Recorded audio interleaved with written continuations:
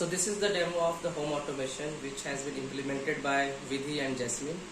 And here we have two components. One is the software component, second is the hardware component. So in the right side you can see we have a home automation UI which is having three appliances control, which is one is fan, then alarm and bulb.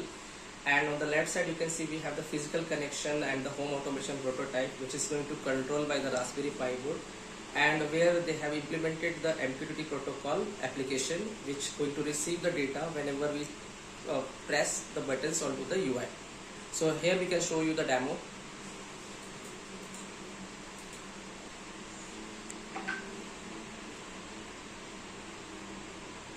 Just turn on the light.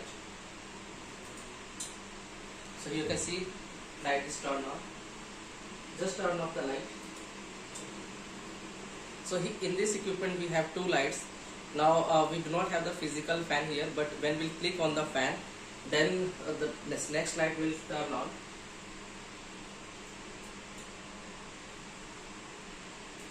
Just click on fan.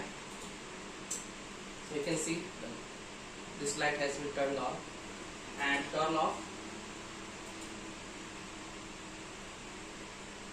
and it's turned off. Okay, yeah, so that is the demo of the home automation.